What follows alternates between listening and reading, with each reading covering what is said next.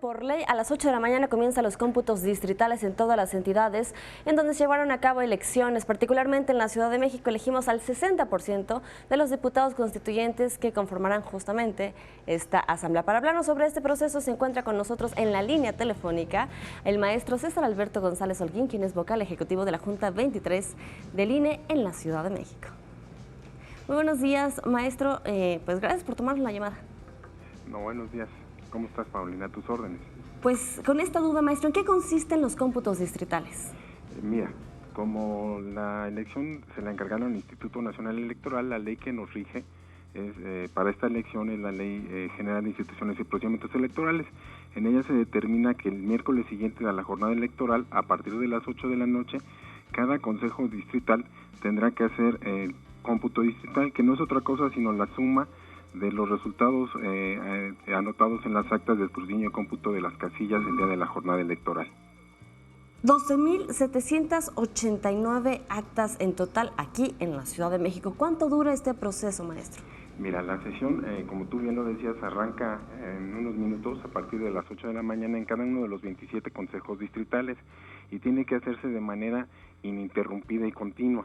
Así que yo estaré calculando que durarán acabará por ahí de las 3, 4 de la mañana el último consejo distrital. Esto es porque también la ley dispone que cuando hay algún error en las actas o cuando hay más votos nulos que la diferencia entre primero y segundo lugar, tendrán que ser recontadas esas casillas. ¿Eso no es el caso, sí? Sí, más o menos van a ser recontadas como el 66% de las casillas aquí en el Distrito Federal. Bueno, en la Ciudad de México, perdón, ahora Ciudad de México.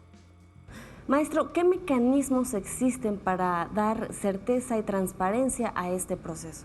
Mira, como te repito, hoy se hace la sumatoria de los resultados que los vecinos consignaron en las actas el domingo pasado por la noche y aquellas en donde hay algún errorcito, por más mínimo que sea, entran a recuento. Este recuento se hace en presencia, por supuesto, de los consejeros electorales de cada uno de los consejos distritales y también de todos los representantes de los partidos políticos y de los candidatos independientes.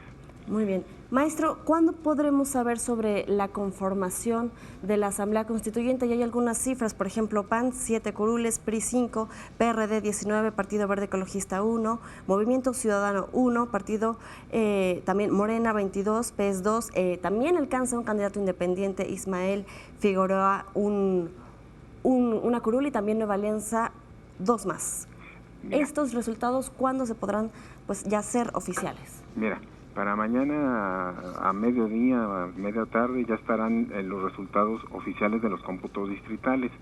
Sin embargo, los partidos políticos, después de los cómputos distritales, tienen 4 días para impugnar los mismos y tendrá que ser el Tribunal Electoral quien resuelva ese tipo de impugnaciones. De hecho, hasta el 23 de agosto, precisamente para que se desahogue todo este procedimiento de impugnaciones, el Consejo General del Instituto es el que va a asignar la conformación de estos 60 asambleístas constituyentes.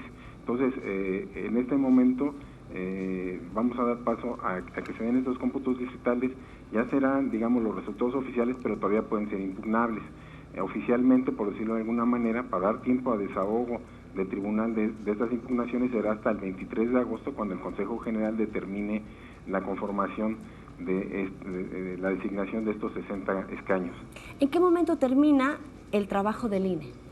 Será precisamente para el día 23 de agosto, cuando el Consejo General determine la conformación, cuántos diputados le tocan a cada partido y cuántos candidatos independientes entran dentro de estos 60 escaños de la Asamblea Constituyente. Y justo, maestro, en su calidad de vocal ejecutivo de la Junta 23 del INE en la Ciudad de México, ¿cuál será su función en este día? Pues mi función es precisamente presidir esta sesión ininterrumpida, garantizar que se termine de contar. En el caso de este distrito son 494 casillas, cada una de ellas tendrá que ser validada, por decirlo así, por el propio Consejo Distrital, y pues ahora sí que es hasta morir. Nosotros calculamos acabar más o menos ahí de 2 o 3 de la mañana del jueves, y te digo, se hace de manera interrumpida. Pues una larga jornada la que la espera, maestro. Pues así es, y así pasará en cada uno de los 27 consejos distritales. Muy bien. Maestro, especialmente en la Ciudad de México, estas elecciones, tuvieron una participación ciudadana del 28%.